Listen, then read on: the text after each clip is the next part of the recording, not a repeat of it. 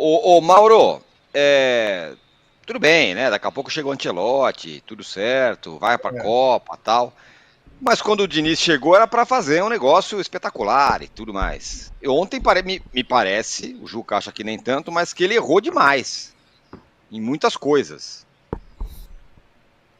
Eu acho que tem um primeiro ponto que é um técnico dividido, né? Qual foi a atenção que ele teve com a seleção brasileira nas últimas semanas, já que ele estava próximo de uma partida a mais importante da história do Fluminense, que é onde ele trabalha, né? É o time que ele comanda no dia a dia. Esse é um ponto. É, Eu acho que o Diniz repete um pouco do que fazia o Tite. O Tite tinha lá uma maneira de pensar, como tinha que se encaixar a sua equipe, aí surge o Vinícius Júnior, e ele reluta em convocar e escalar. Por quê? Porque não se encaixava naquele modelo. Então você adapta o seu modelo para o jogador que está se destacando, que é um jogador muito bom, que eventualmente pode ser um cara acima da média, para que ele possa se entrar nessa equipe. Ele custou a fazer isso. O Diniz tenta reproduzir um pouco daquilo que existe no Fluminense. Ontem só tinha dois meio-campistas. Não dá para jogar assim, gente. Não tem como Uhum. jogar assim. Ainda mais sem treinamento. Uhum. Se você tiver um time muito treinado, que os atacantes, os pontas, participam ativamente quando não tem a bola, pode ser. O Brasil muito vulnerável ontem. Quantidade de finalizações da Colômbia o jogo inteiro. A Colômbia finalizou mais que o Brasil. Aquele lance, até uma boa jogada, jogada do gol da seleção brasileira. Foi aquilo ali, alguns minutos. Depois a Colômbia já começou a tomar as rédeas do jogo. O Alisson defendendo as finalizações, chegando com perigo. O jogo inteiro foi assim. E no segundo tempo, mais ainda. O Dias fazia o que ele queria. E faz dois gols de cabeça. Alguns jogadores mal tecnicamente. O próprio Marquinhos não está numa fase boa. Os laterais são muito fracos. Não são jogadores, individualmente não parecem ser jogadores com nível para a seleção. Veja o caso do Lodge. O Lodge foi um jogador que se queimou porque falhou no gol da Argentina, na derrota do Brasil no Maracanã na Copa América, vencida pelos argentinos com aquele gol do Di Maria. Foi um erro dele. Aí não foi mais convocado, ficou meio queimado. Esse cara já rodou quantos times na Europa? Agora está no Olympique, né? Passou pela Inglaterra rapidamente. Ele não se formou em lugar nenhum. Lugar nenhum. Então, esse é o cara que vai ser um lateral de seleção para tanto holofote em cima, tanta cobrança e expectativa. O Emerson Royal é reserva lá do Tottenham. Ontem, durante o jogo, muita gente pensou, bem, se esse Emerson Royal joga na seleção, por que não o Rodinei? Não é absurdo. Não é absurdo. A única diferença é que ele tem uma grife de jogar na Inglaterra, mas o jogador ontem errou tudo, tudo. Impressionante. Jogador completamente perdido. E acho que, por uma situação que você tem pouco tempo para treinar, você está envolvido com outro trabalho, que é um trabalho seu anterior, né? Onde você de fato é o técnico principal, que ele é um interino na seleção, até que provem um contrário. E aí você tenta reproduzir a mesma coisa, deveria ter tido mais cuidados, um time com o meio campo mais ocupado, um time com uma outra postura. Não dá para ser, esse é o dinizismo, uma coisa tão autoral, sem o tempo necessário para fazer essas mudanças, porque ele precisa também de resultados para ter paz e trabalhar. O Brasil só não ficou em sexto ontem porque o Equador perdeu 3 pontos, foi punido, perdeu três Isso, pontos do tapetão, exatamente. senão o Brasil estaria atrás. Se o Isso. Paraguai ontem metesse 3-0, acho que se não me engano é isso, 3-0 no Chile, né, o jogo foi empate, o Paraguai passaria o Brasil. A Venezuela tem mais pontos que o Brasil. Isso tem impacto, gente. Então, uma coisa é você fazer uma reformulação, eu acho que é compreensível e tal. Outra é fazer a reformulação tomando tamancada direto. Porque mesmo que a geração não seja brilhante, não é tão brilhante assim, é evidente que ele tem jogadores nas mãos melhores do que a Venezuela, do que o Paraguai, do que o Equador, do que várias seleções. E ainda assim, 2 derrotas seguidas, o risco de perder mais uma para a Argentina, né? E aí, no mesmo tempo, você vê o que o Bielsa já transformou a equipe do Uruguai rapidamente. Pode ser até que lá na frente o Uruguai desande e perca o ritmo. Mas nesse momento, bem rapidamente, ele conseguiu algo interessante. Além da vitória sobre o Brasil, ontem o Messi jogou muito pouco. Neutralizou bem as ações do principal jogador argentino. E ganhou por 2-0 na Argentina. Não foi por acaso. Não foi casual. Não foi do nada. Então, me parece assim que ele escolheu um caminho muito perigoso e se colocou assim como alvo de críticas, porque os resultados sempre vão ter impacto. Seleção grande, time grande, perde jogos seguidos, não existe isso. Isso aí me lembra o Domi no Flamengo. Tomava goleada, não, isso é parte do processo. Não dá, time grande não pode ficar tomando goleada, uma atrás da outra. Você está montando o time, você tem que conseguir um equilíbrio entre resultados minimamente aceitáveis e as transformações. Não dá para ser assim também. Então é a seleção brasileira. Aí vai lá e perde para a Colômbia, perde para o Uruguai, vai jogar em casa com a Argentina, perde, você 3 jogos seguidos. Daqui a pouco não está nem entre os 7 mais bem colocados. Vai entrar na zona de classificação porque todo mundo se classifica. Tem muito tempo, a gente sabe como funciona, né? Mas eu acho que ele se equivoca na escalação, ele se equivoca em algumas escolhas e, enfim, e me parece pela entrevista dele depois do jogo que ele acha que é isso aí mesmo e tal. Não sei, eu acho o contrário. E mostra também o quão apressados foram aqueles que, por conta da vitória sobre a Bolívia, achavam que o Ancelotti não precisaria mais vir. Essa é a parte mais engraçada da história, até na imprensa. E mais, as vitórias do Brasil foram em cima das 2 piores seleções das eliminatórias até aqui. Bolívia e Peru. Peru perdeu para a Bolívia ontem, é o último colocado. Só ganhou desses 2. É muito ruim, né? É um retrospecto muito ruim. É um momento muito ruim. Entendo a reformulação e suas dificuldades, mas não precisa perder e jogar tão mal assim. Ô, Arnaldo, daqui a pouco a gente dá a parcial da enquete aqui, mas o fato é que, se a gente não soubesse que, em tese, o Diniz fosse um interino e daqui a pouco se ele fosse o treinador mesmo, esse cara aqui que a gente vai para a Copa, a crise seria imensa, diante do desempenho da seleção. E ele do céu para o inferno, né? Uma semana atrás era o Diniz campeão da América, agora é o Diniz que não ganha de ninguém. O título da Libertadores, Tironi, acho que deixou, como o Mauro falou, as coisas ficam meio misturadas, né? O título da Libertadores, se ele perde a Libertadores pro Boca, a coisa ia ser muito mais infernal do que será no Maracanã contra a Argentina. Eu vejo assim, né? Na questão das eliminatórias, tem essa situação toda da classificação óbvia, mas vale a pena prestar atenção no que o Mauro falou, porque o Equador tem menos 3 pontos no tapetão, então o Brasil estaria em 6º, se não tivesse essa punição ao Equador. O Diniz faz, em tese, contra a Argentina, no Maracanã, na próxima terça-feira, a sua última partida como técnico da seleção nas eliminatórias, certo? Depois as eliminatórias só voltam em setembro, quando o Brasil, em tese, vai ter o novo técnico, o Ancelotti. E as eliminatórias do Diniz como técnico da seleção são ruins, porque, na verdade, ele não fez reformulação, ele só fez reformulação nesse jogo. Nos 4 jogos anteriores, ele pegou os jogadores do Tite e tentou dar uma nova cara ao time. Então, a primeira convocação do Diniz é praticamente o time inteiro da Copa do Mundo de 2022. A reformulação mesmo veio nessa última convocação. E acho que nessa nova tentativa, para não dizer que não teve nada, eu achei uma coisa interessante. O posicionamento do Vinícius Júnior. Por quê? Porque, de fato, o Vinícius Júnior na seleção brasileira não estava, em nenhum momento, inclusive com o Tite, se sentindo confortável na ponta esquerda, etc. e tal.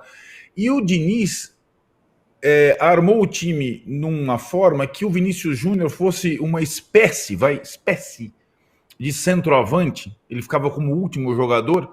E isso surpreendeu a seleção colombiana. O início do jogo foi muito bom porque o Vinícius Júnior não tinha posição fixa, ficava como último e se sentiu muito bem daquele jeito. Porém, só tinha plano A. Quando ele se machuca, ele coloca o João Pedro e aí a coisa desaba. E aí ficam as evidências. Um time, para jogar com 2 jogadores apenas no meio de campo, precisa ser muito bom, muito bem treinado, que não é o caso da seleção brasileira. E o Diniz teve várias chances de corrigir isso durante a partida. Na própria alteração do Vinícius, o Brasil já vencia. Se ele coloca talvez um jogador a mais no meio de campo, deixando Martinelli, Rafinha e Rodrigo com liberdade, ele colocaria mais dificuldade à seleção colombiana, ou pelo menos no intervalo, quando a seleção colombiana já massacrava e o Brasil ainda permanecia vencendo. Não, ele insistiu. E aí, como eu estava dizendo o Trajano, o toque final é a substituição bizarra do Rodrigo. Aí acabou o time, né? E a seleção colombiana arriscando, jogando primeiro com uma formação para viabilizar o jogo do James Rodrigues, né? Que já não é um garoto, mas que jogou na primeira etapa sem obrigações defensivas. Na segunda etapa, não. A Colômbia colocou mais um atacante. E o James Rodrigues ficou jogando como camisa 10 e a Colômbia com 3 atacantes mereceu virar o jogo. Eu vejo digamos, se a gente levar em consideração, além de tudo, que o Vinícius não joga contra a Argentina, machucado, e os jogadores estão machucando na seleção, embora o Diniz defenda uma tese de que jogador com ele não se machuca, e se machucaram alguns, inclusive em questão muscular, Vinícius, Danilo, etc. e tal. Não estou nem levando em consideração a lesão gravíssima do Neymar, que considero mais fatalidade. O Brasil vai contra a Argentina com um time bem fraquinho. Não tem outros laterais, não tem Vinícius Júnior, e vai jogar numa situação que deveria ser uma revanche, né? Porque foi ali, no Maracanã, sob o comando do Tite, que a Argentina vence a Copa América, o jogo lembrado pelo Mauro, no gol do Di Maria nas costas do Renan Lodge, e a Argentina se firma como time. A Copa América não tem grande peso, era sem torcida e tudo mais. Aquilo teve um peso absurdo na história vencedora da seleção argentina. E jogo de futebol, qualquer jogo, seleção ou time, é resultado. Você precisa ganhar do adversário. Esse é o principal objetivo. Por isso o Diniz foi alçado à condição de um dos melhores técnicos do Brasil, porque ele ganhou, ele passou a ganhar. Ele ganhou o estadual, ganhou a Libertadores. Então ganhar não é um detalhe. Embora quando ele perca, ele deixa essa impressão que é um detalhe. Arnaldo, pode falar, Juca.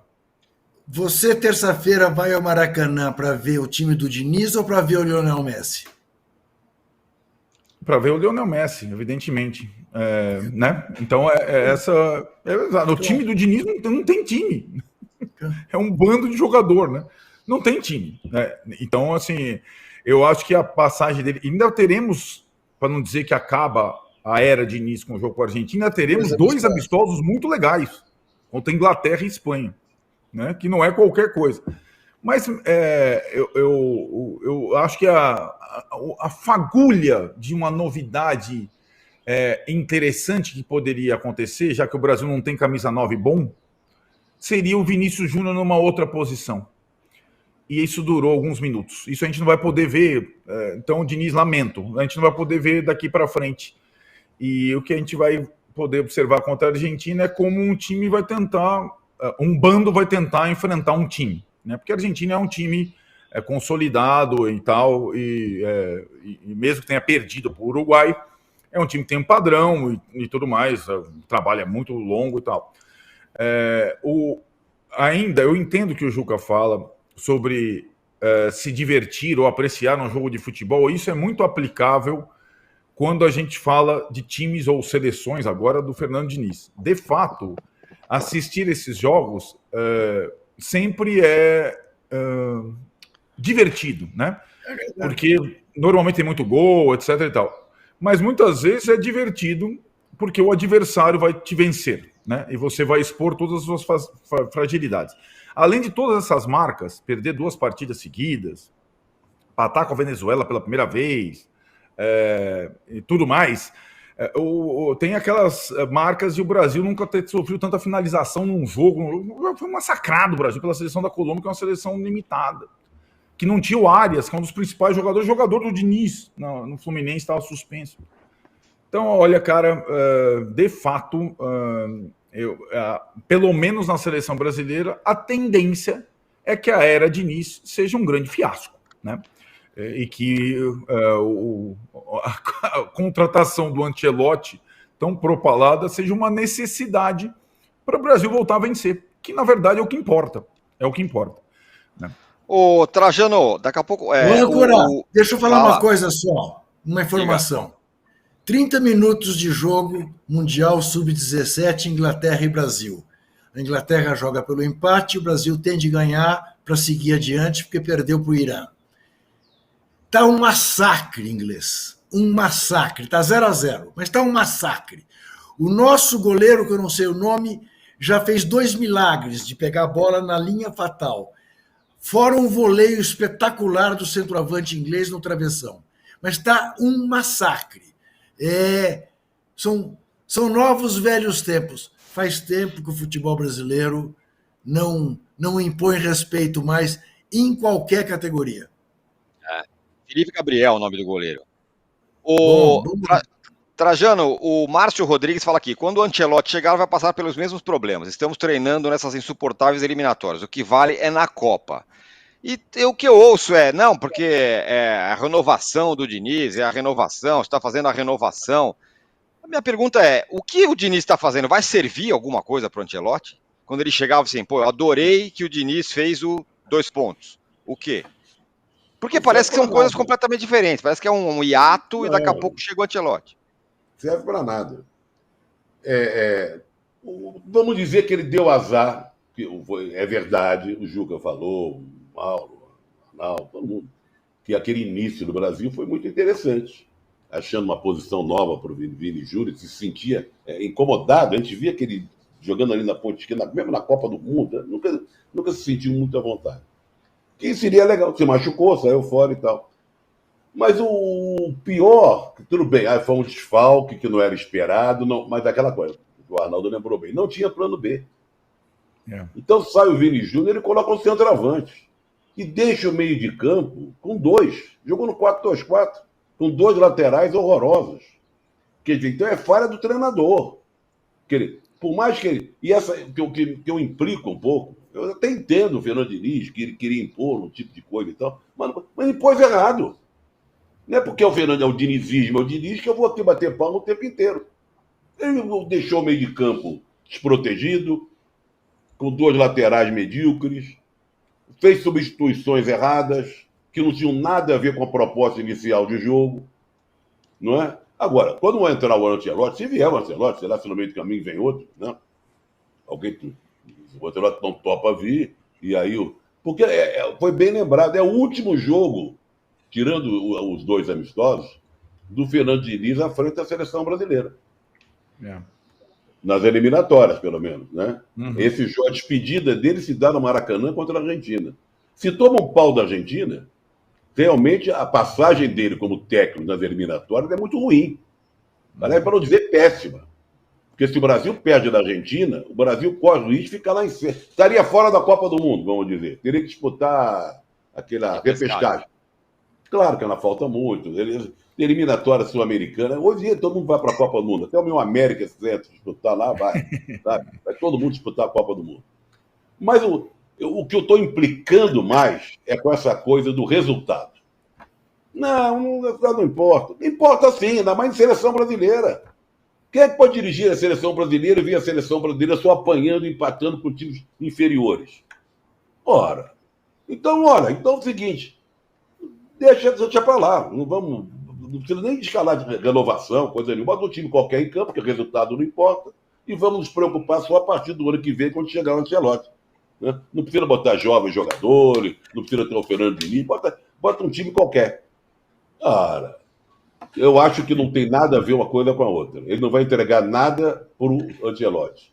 Ele quis fazer, ou quer ainda, porque está ainda faltou o jogo, depois tem os amistosos, criar uma marca, para cravar uma marca, só para que a passagem dele à frente da seleção fosse notada, tivesse uma assinatura. Não está conseguindo. Você pode dizer vários problemas que ele tem, falta de tempo de treinar, contusão de um jogador, de outro, mas bem lembrou o Arnaldo. A primeira convocação dele foi uma repetição do que acontecia. Se ele entrou para renovar, a primeira convocação dele, e ele exaltando o Neymar, tudo depende do Neymar, o Neymar é o dono do mundo, sei lá o quê, é uma decepção, infelizmente. No Fluminense, parabéns, campeão da América, levou o Fluminense a um título inédito, fez tudo deu certo. Na seleção não está dando certo. Qual?